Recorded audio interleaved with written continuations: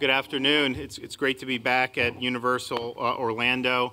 I want to thank them for their hospitality, but also we've got folks from all these major parks that are here today for our discussion about just how important these parks are to employment in the Central Florida region, but then also just the lengths that they've gone to create a very safe environment for the families that come and visit. So joining me today, John Sprouse, Executive VP, Universal Parks and Resorts, Chief Executive Officer, Universal Orlando, Victoria Espin, Manager, Attraction Operations, Universal Orlando, Raj Patel, General Manager, Toothsome Chocolate Emporium and Savory Feast Kitchen here at Universal Orlando. We got Jim McPhee, Senior Vice President, Walt Disney World Operations, Jackie Swisher, Vice President for Disney's Hollywood Studios at Walt Disney Parks and Resorts here in Orlando, Leonard Spencer, Senior Manager for Supplier Diversity, Walt Disney Parks and Resorts, Mark Swanson, CEO, Seaworld Parks and Entertainment, John Peterson, Vice President of Zoological Operations, Seaworld Orlando, and Cindy Miller, Senior Leader Entertainment for Seaworld Orlando. I want to thank everybody for participating. Obviously, these parks are household names here in the state of Florida, and for good reason. But I think what we saw when the pandemic hit was a radical change in what was going on in Central Florida. The parks really in an unprecedented step closed in the third week of March and remain closed until I believe we started to see some of the initial openings of some of the restaurants and stuff in May, and then obviously June and July they've continued to do that. But here's what I think the region has faced. If you look statewide at unemployment, it's hit everywhere at least somewhat, but here in Central Florida it's been arguably the most pronounced in terms of the unemployment rate, particularly with Orange County and Osceola counties. Between March 1st and June 30th, people visiting Central Florida decreased by 67% year over year. Room demand in Central Florida decreased between March 1st and June 30th year over year by 75%. So to put that in perspective, statewide was a hit, but it was a 58% decline year over year. And then losses in this area have accounted for nearly 40% of the total decrease in room demand for the state. Now, part of that is typically viewed as dollars and cents, bed tax for the locals and the state sales tax and all these other things and the overall macroeconomic picture. And look, that's important.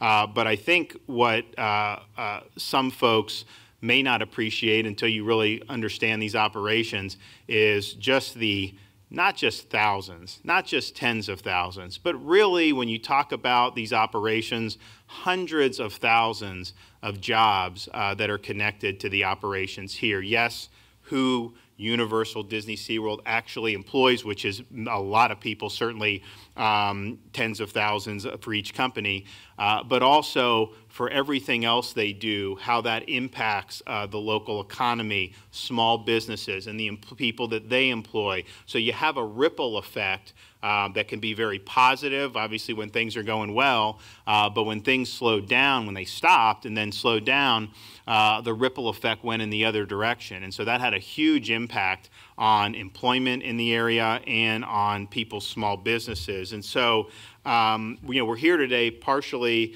to discuss, one, what I think has been a success story. You had all these folks, many of them have been able to bring back, I think, over 90% of their full-time employees are back. Now, they don't have quite as many of their part-time because we're not at full demand yet. But that's been something that's been successful. I know Universal SeaWorld opened in June with the parks, Disney, I think, at the beginning of July. And as Disney came online, Florida was at its apex in terms of coronavirus infections, and then it's gone down. We've seen declines in all the key metrics since the middle of July. And so I think that's testament to the lengths that they've gone at these parks to create safe environments. I think that if you look, I can show you examples of outbreaks being triggered in certain areas.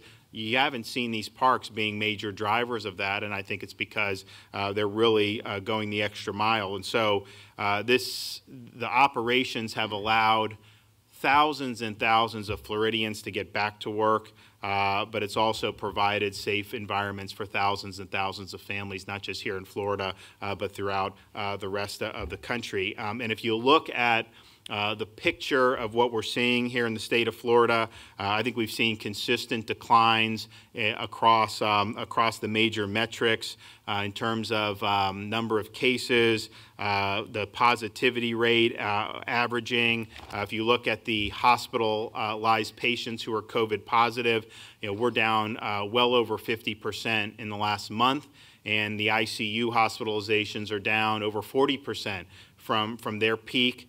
You also have the people showing up to emergency departments that have COVID-like illness.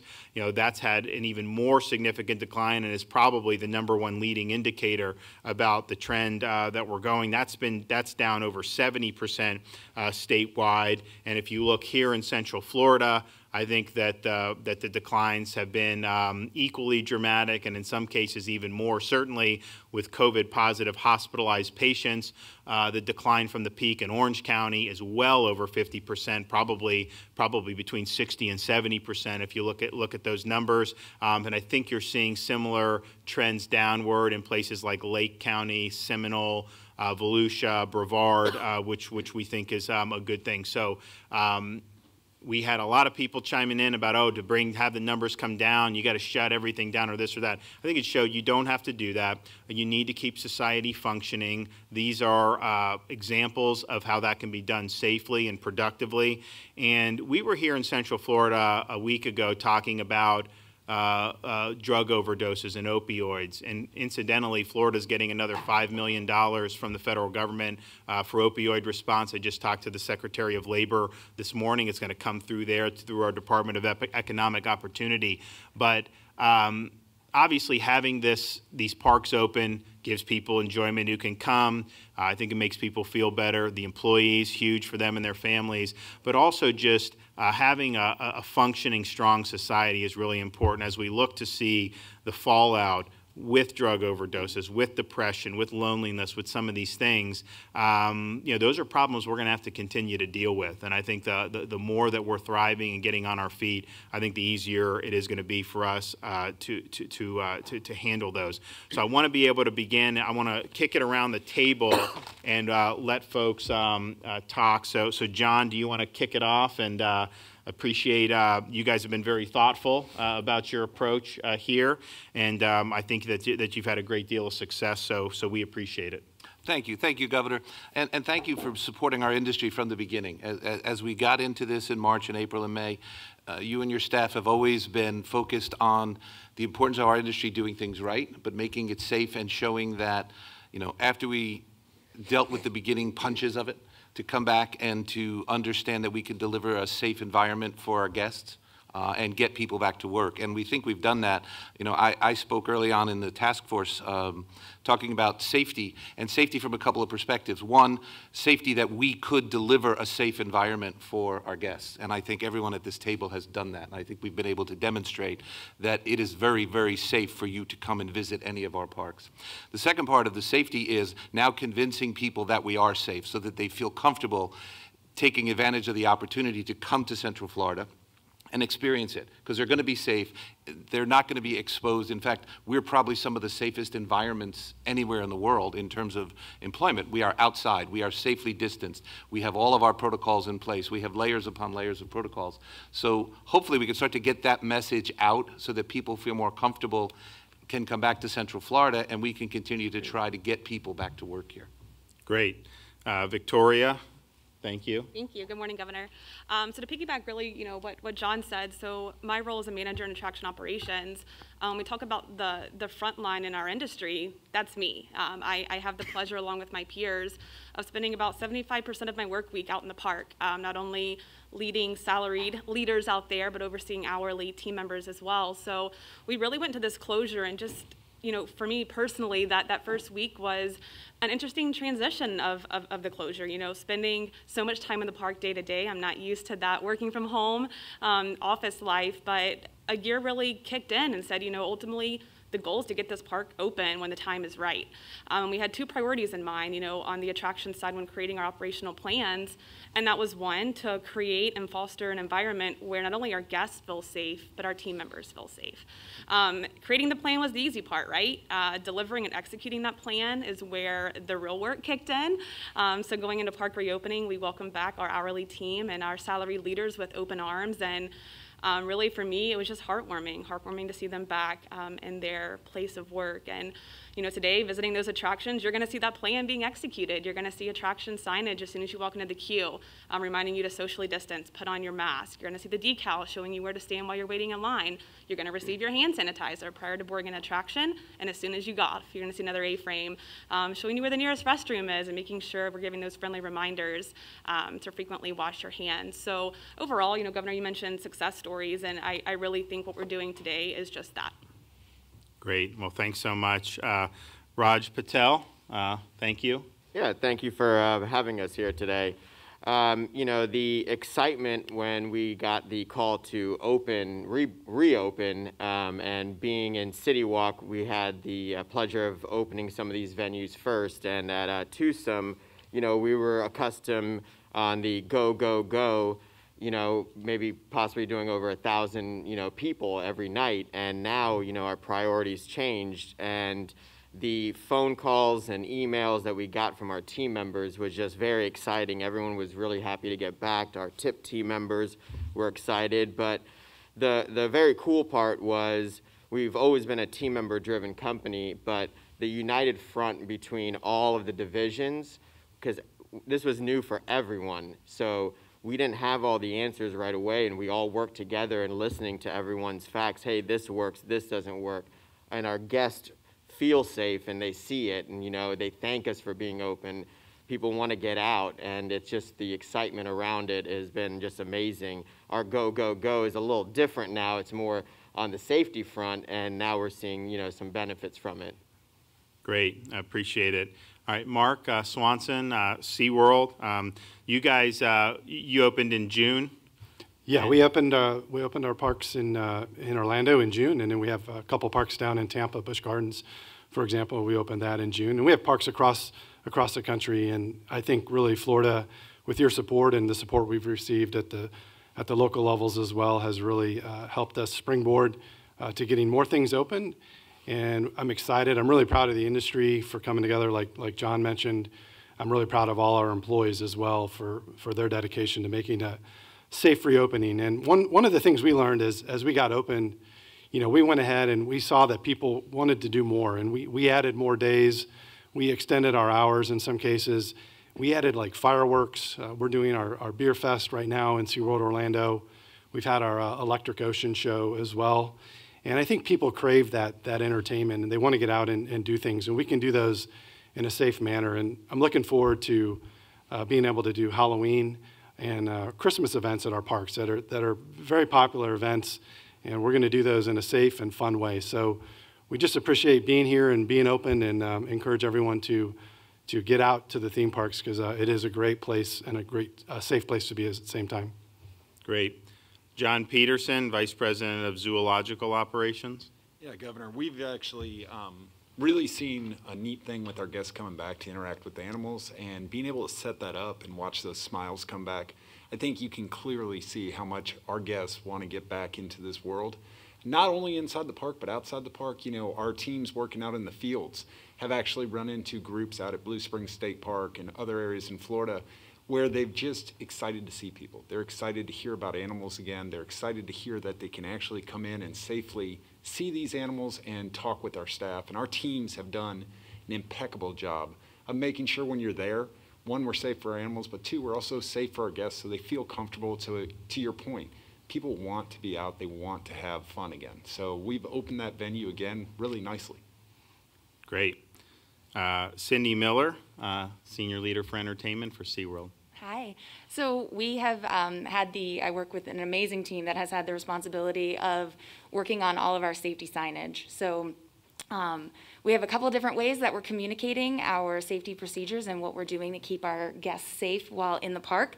One of them is kind of our new exciting way to introduce different social distancing markers and things of that nature, utilizing lengths of animals to help kids understand to stay distant from each other while experiencing our attractions. We also have different voiceovers playing throughout the parks that help remind people, and then we have our safety squad as well. And these are some performers that kind of roam through the entire park that help remind people that, to wear their mask and to stay socially distant, because obviously, everybody needs a little reminder every once in a while, and it's going over really well. It also helps kind of make it all-inclusive for everybody. I also get to work with the amazing team that has come up with the out-of-the-box thinking to reinvent our events for Seaworld. One of the first events that we got to work on was our 4th of July fireworks, and we got to reimagine those fireworks and put them to be experienced around the entire park, so that for those 14 minutes, we could have families and friends and groups together, remaining socially distant in their orange circles, but still get to experience the moment and have to live in the moment and feel that together and that connectedness that a lot of people have been missing out on. So it's been really exciting. Great. Well, thanks so much. We appreciate it. All right, Jim McPhee from Walt Disney World. Thank you, Governor, and I want to echo everyone's mention of your support and appreciation for not just the state, but certainly Central Florida and for our industry as well. It's 6 weeks to the day since we opened up our 4 theme parks here, and of course our phased reopening began the latter part of May with the opening of Disney Springs, our retail, dining, and entertainment experience, as well as numerous hotels between that and mid-July. And of course, we've had just an exciting run here with ESPN Wide World of Sports, with Major League Soccer and the NBA currently underway right now. So it's been a lot of activity and a lot of focus. And I have to say, I'm extraordinarily proud of our cast members for their ability to adjust and adapt to the new protocols that are in place.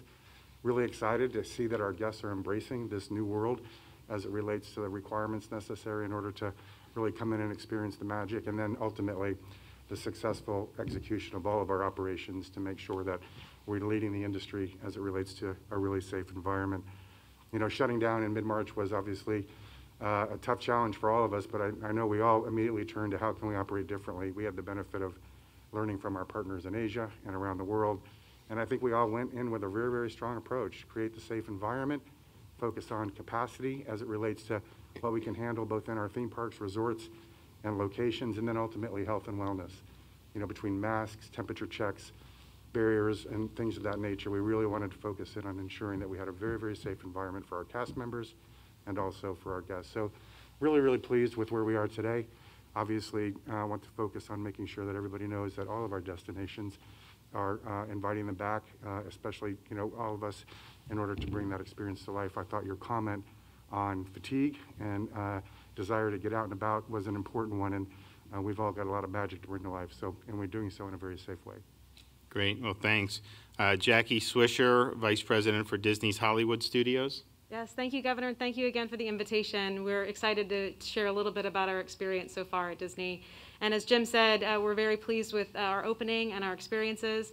Just prior to our opening, I was actually in a different role. Rather than leading Disney's Hollywood Studios, I was the Vice President for Worldwide Safety Services. So I had a unique experience of helping to design the safety protocols that we're using today, along with an incredible team that Disney has of health and safety professionals. And we did that through the guidance of our local and state authorities, as well as organizations like CDC and travel industry groups like the U.S. Travel Association.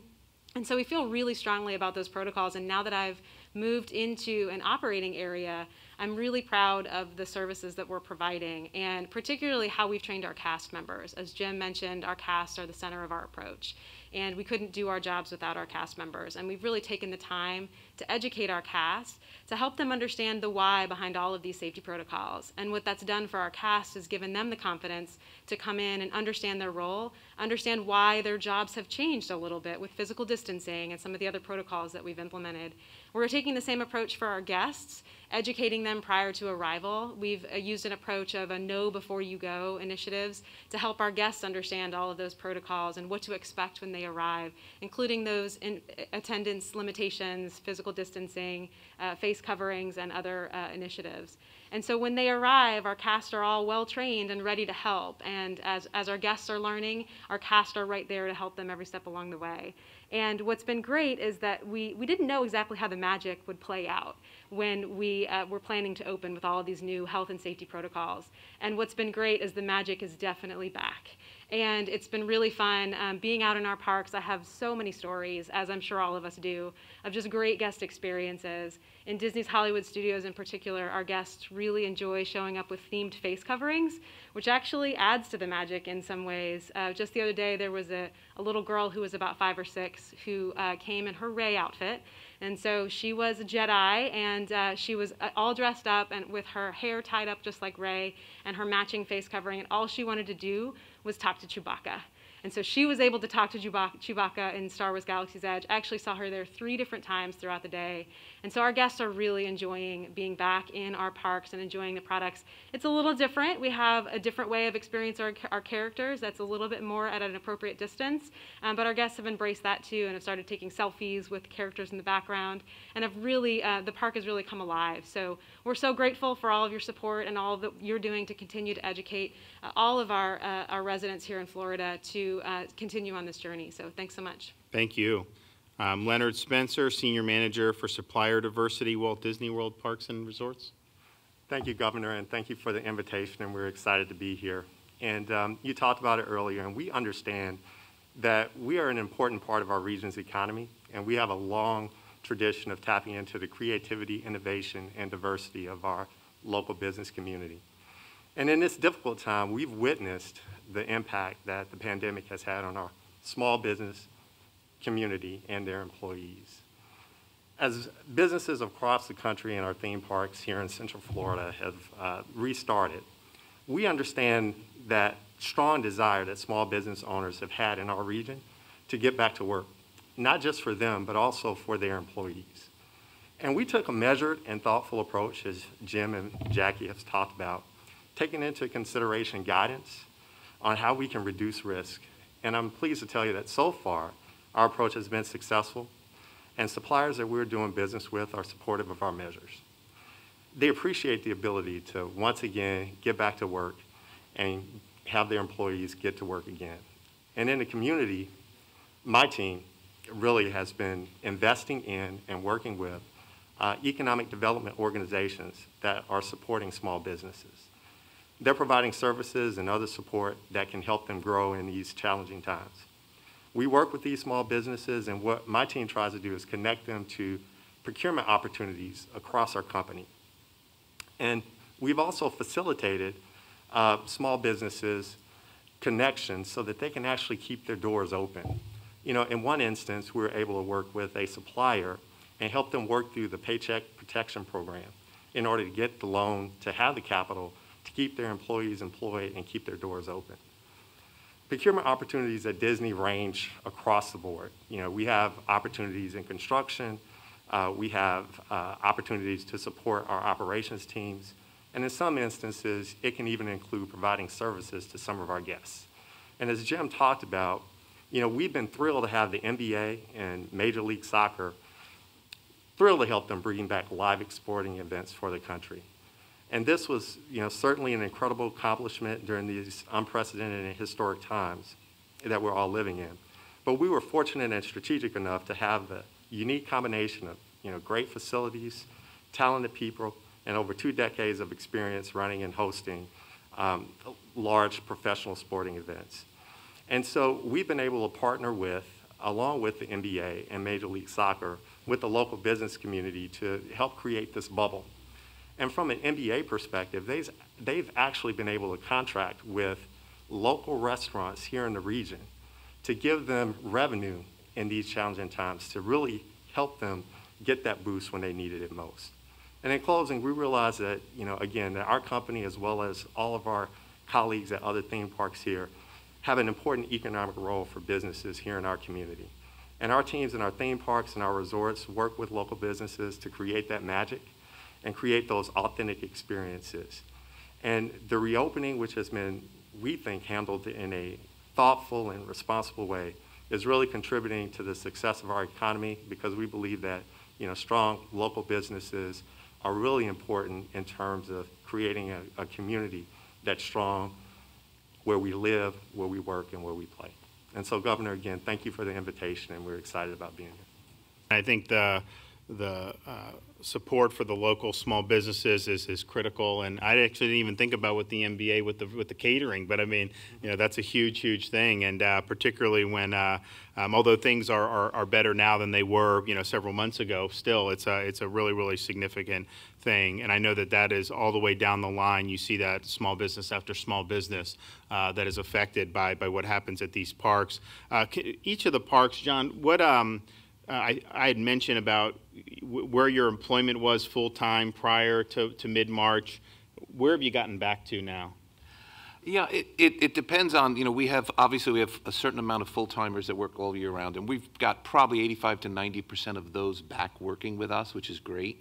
But we also have a vast supply of part-time casual people that work either part of the year on a seasonal basis or work year-round, but on a temporary 10, 15, 20 hours a week. And we don't currently have opportunities for the vast majority of them to come back. So we're hoping if we can increase visitation, increase our hours, increase capacity, we can bring those people back and get them working again. Yeah. What about Disney? Very similar in terms of mix and both product. Obviously with the 4 theme parks running, many of our hotels back and up and operating, and we've brought tens of thousands of cast members back and hope to continue to do more as volume and demand increases moving forward. Great. How about Seaworld? Yeah, we've brought back thousands of employees, but we've got a lot more that we'd like to bring back as a capacity, as we have more people into our parks. So we're looking forward to that, and as the others have mentioned, just getting more people in our parks will mean more people coming back to work. Has there been a difference in terms of the folks, the number of people going, Tampa region versus this region, would you say? A little bit, but I think they're relatively close. I think one thing that maybe benefits us a little bit is a lot of people do drive to our parks, and so we've definitely seen that people are apt to get in the car and take a road trip to either Tampa or Orlando. So that we've been excited about. And we obviously support people doing that, but it's interesting just in terms of we're going to be doing something in the near future with some of the airlines that service Florida. If you had asked me maybe at the beginning of March about like air travel, I would have said you're in an enclosed environment, seating close. That's probably not an ideal thing in terms of minimizing viral transmission. But, we've seen flights operating, obviously far fewer than before the pandemic, but it hasn't been a major vector for whatever reason, of outbreaks. Now, obviously, if someone is infected and they come somewhere, then that could be something that happens after they get off. But it really hasn't done that. So, obviously, the drivers, we welcome that. But, I think that these airlines, I don't know if it's just how they're flying, or I know they do safety stuff, but it has not been what I think I would have anticipated. And so, as we're looking at all these things, the evidence of the demonstrated experience is the most powerful information that we have to be able to make decisions about things going forward. So I'm looking forward to meeting with them and discussing some of the ways forward there. Jackie, you talked about the safety, your position prior. Obviously, when you're running these big operations, it's not like COVID-19 was the first time that you worried about safety. I mean, there's a whole host of concerns, and these are always very safe environments. You have to do that, otherwise you can't stay in business. So talk about kind of the safety mission overall, and then, how much additional effort has this been to get us in a situation where people feel comfortable vis-a-vis COVID. Absolutely. So obviously this pandemic is unprecedented in many ways, but to your point, as Disney leaders, our values, our core values have remained constant in this period of time. So our cast members are always at the center of any of our approach, and so their safety and well-being is critical to our success. And so safety has always been a top priority for us, and this time is no different. In fact, during this time, we've used the opportunity to reiterate many things that our cast members should always have top of mind, like good personal hygiene, washing their hands often, staying home when they're sick. So it's given us an opportunity to reiterate many of those messages.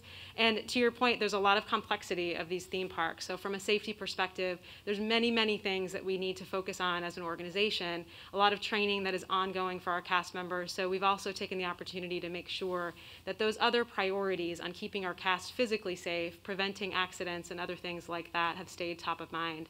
As far as the COVID safety, obviously this is unprecedented, and it took a large team of Disney safety professionals to be able to come up with those protocols. A lot of new training, a lot of new focuses, and so that was a large body of effort that we went through. Most of that was during the closure, while we had the ability to take that time to make sure that we had the right approach first, and that we also had the right implementation, which, as I mentioned earlier, really included making sure our cast members were well trained. We spent a lot of time not just training on what to do, but why they were doing it, which is really important.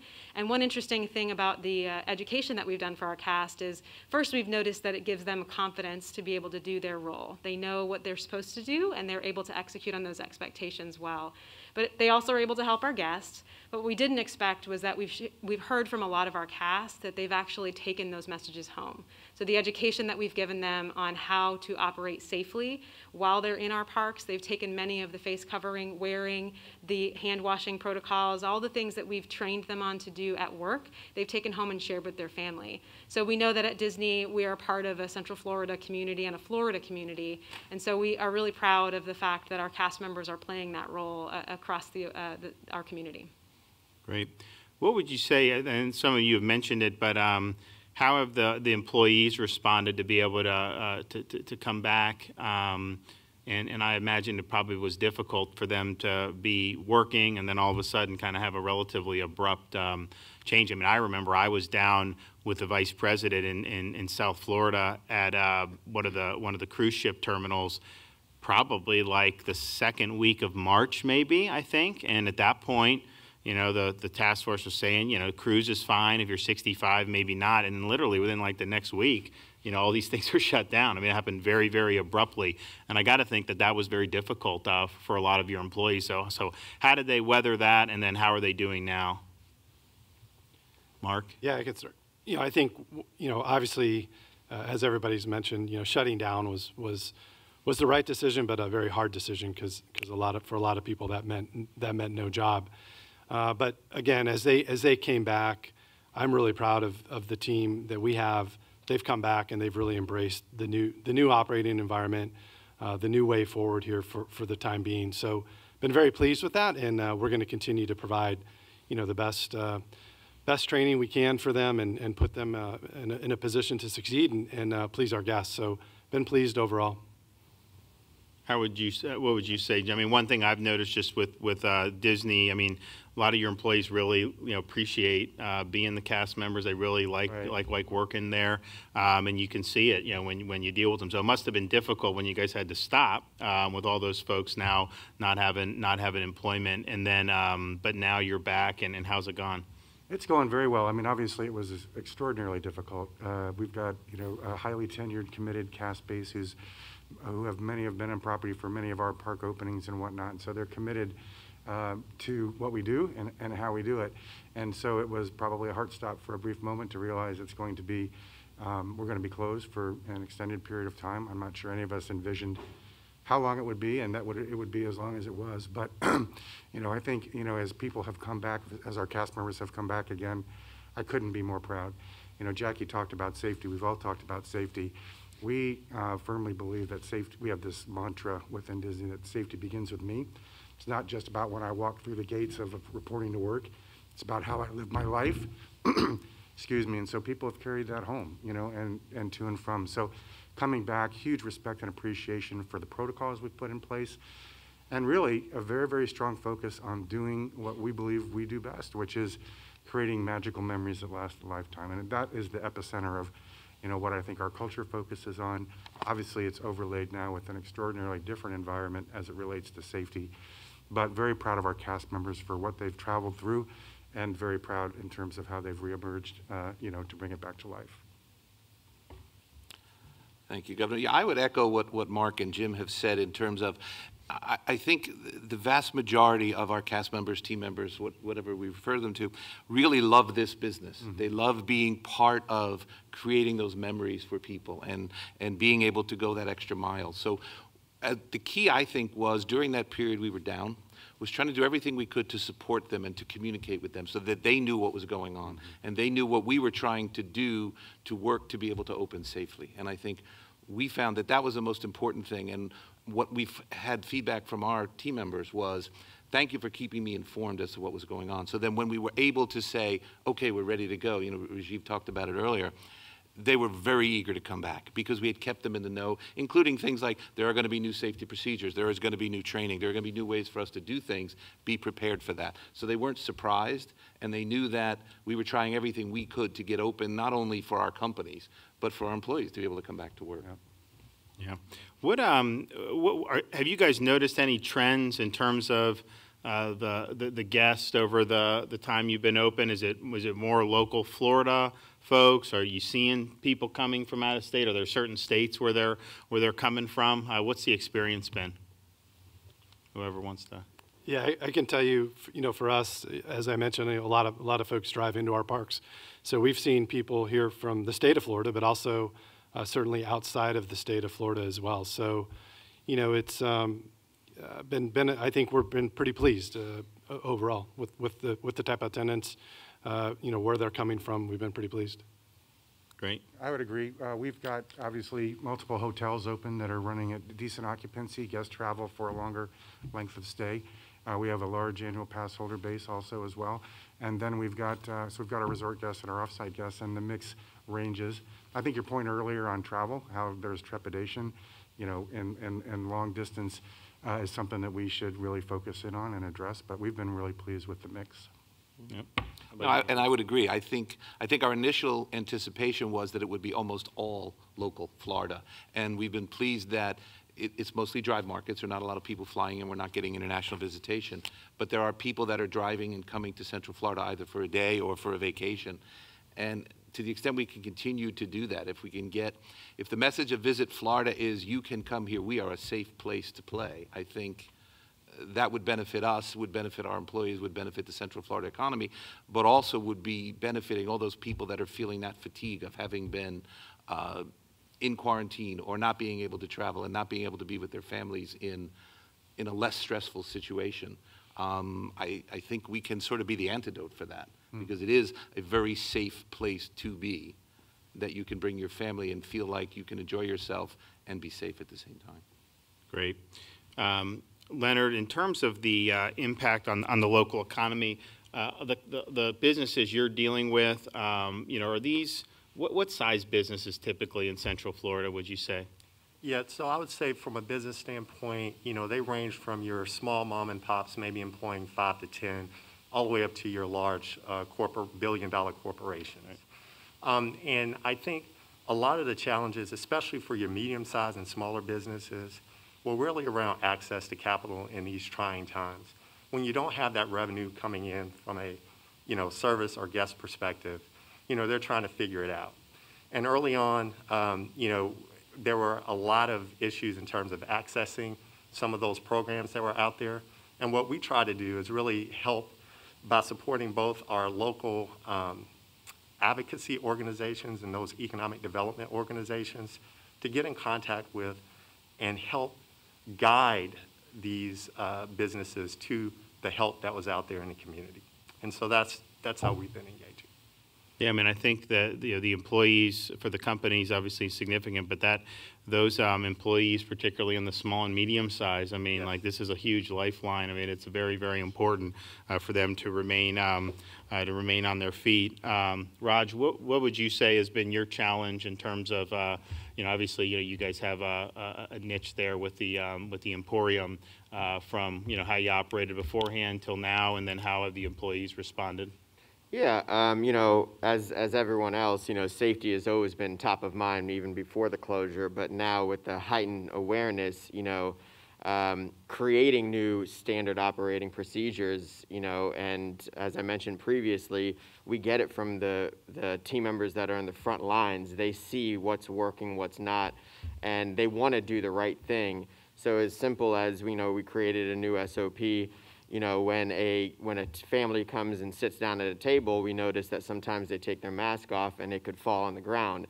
Now when we bring the menus, we bring a bag for each guest so that they can put it in there and they feel that safe environment. So creating all those has been the exciting part, and when you start seeing that, you create something new, it brings more energy and motivation from everyone around us, with our team members to create more. So it's been very cool to see. John, what happened when the park closed? Obviously some parks you close and it's fine, but I mean, you guys obviously have folks you take care of. So how did that work? Yeah, everybody else closed and you can go home, and with us, with animals, we can't. So we kept a team, we call it a red team and a blue team. So we had two teams of over 150 team members from zoo that were caring for the animals between our parks.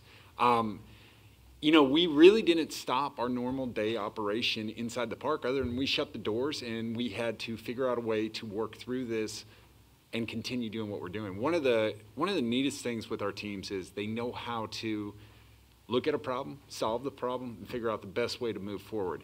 And in COVID, I think that's what every one of us has done. We've looked at the problem, figured out a way to work through the problem and solved them. And with animals, you don't have a choice. They depend on us. So does the animals out in the wild. So our rescue teams worked with FWC and the state on writing up the same protocols and SOPs that we were doing in the park to be able to continue to care for the animals in need out there, and how to do that in the same thing. So it's been a unique process. I think it's truly helped us to be able to, as a business, be a lot smarter in operating how we move forward when a problem approaches inside the zoo world, and continue to move down. So it's been really, really interesting, but truly creative teams that are able to see a light at the end of the tunnel now.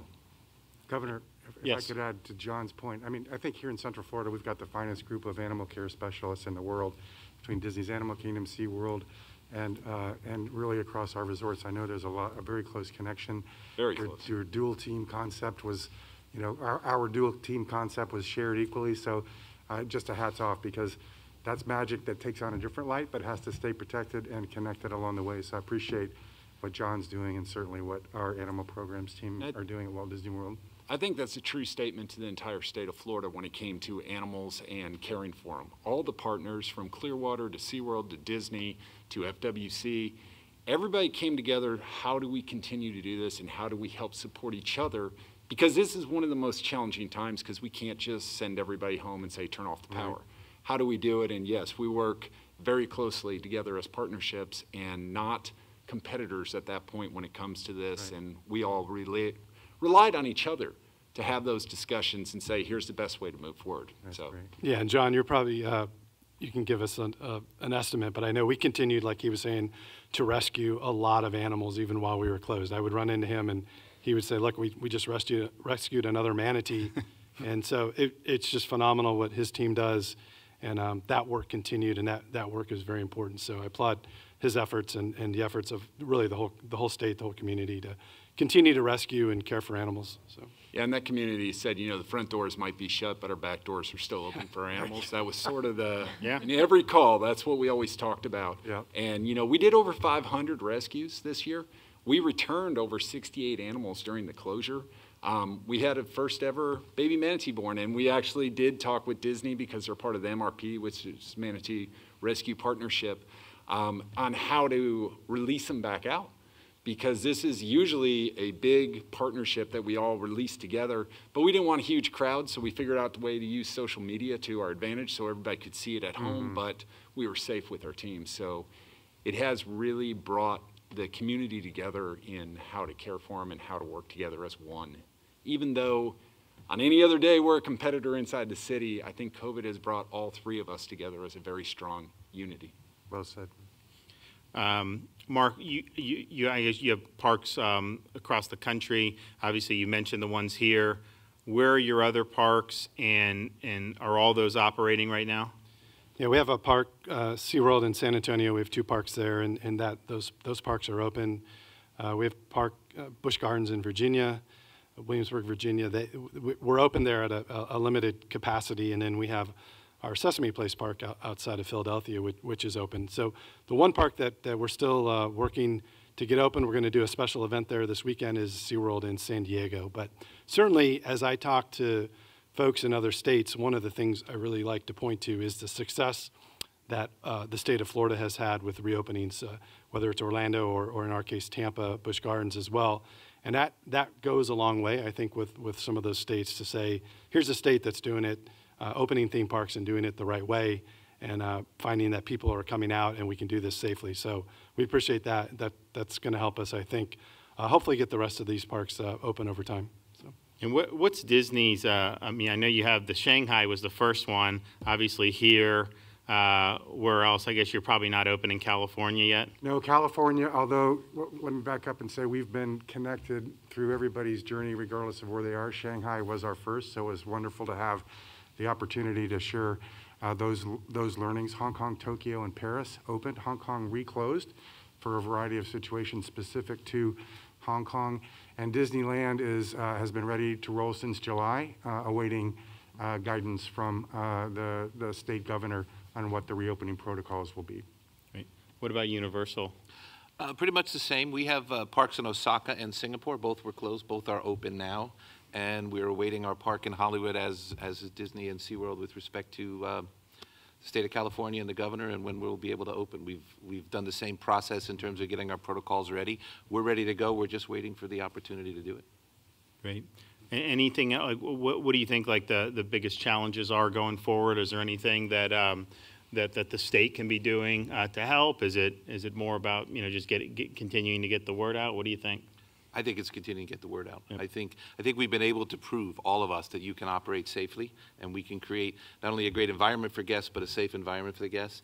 How we get that message out so more people feel comfortable coming here is what's going to help all of us, is what's going to help Central Florida. Yeah, I would echo the exact same. I do believe it's awareness and it's assurance on the safety side. Our guest measures, I'm sure everyone's are tracking in the same direction. The level of appreciation for the efforts that we've put forth on safety are so appreciated and make the experience that much more safer and better and more enjoyable. So I think it's driving awareness, driving a strong focus on how safe our environment is, and having people roll in. Yeah, I would agree. It's awareness and showing people they can come here, have a good time, and be safe. And I know we talked about this briefly earlier, about, you know, having the Super Bowl in Tampa, I think is going to be, I know that's several months away, but that'll be another way to really showcase that this state is open and safe and people can come here. So we're looking forward to that, and we'll just continue to showcase all the great things all the parks are doing. So. And we have the college football national championship in Miami at Hard Rock Stadium, so we want to make sure that goes as well. All right, Raj, are you? So, Governor, we wouldn't be a good host if we didn't offer you some of our famous twosome shakes. Ooh, did someone say chocolate? I think that's my cue. Excuse me. Greetings, everyone. Hi there. Hello. I am Professor Dr. Penelope Tebow Tinker Toothsome, proprietor of the Toothsome Chocolate Emporium and Savory Feast Kitchen, and we've brought some of my fantastic treats to share with each and every one of you today. Now you carry on. I'm going to go and make sure everything is precisely as it should be. That is what I'm best with, after all. My mother always said, chocolate does tend to make everything better, so I hope that you enjoy it. Let's see. All right. Well, and I think actually, you know, we'll be able to have Press, I think you guys are going to be. So we're happy to take some questions, but I wouldn't want to be the one standing in the way of the sweets.